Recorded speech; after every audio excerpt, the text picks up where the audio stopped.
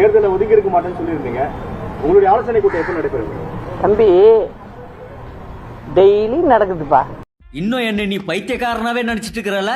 தேர்தல் தொடர்பாக நான் அதை தான் சொல்றேன். தேர்தல் தொடர்பாக தான் சொல்றேன். நானு இன்னும் என்ன நீ பைத்தியக்காரனாவே நினைச்சிருக்கிற? நீ நாங்க மீடியா கொண்டாந்து வச்சுக்கிட்டு இதை வச்சுக்கிட்டு பேசிக்கிட்டு இருக்க மாட்டேன்.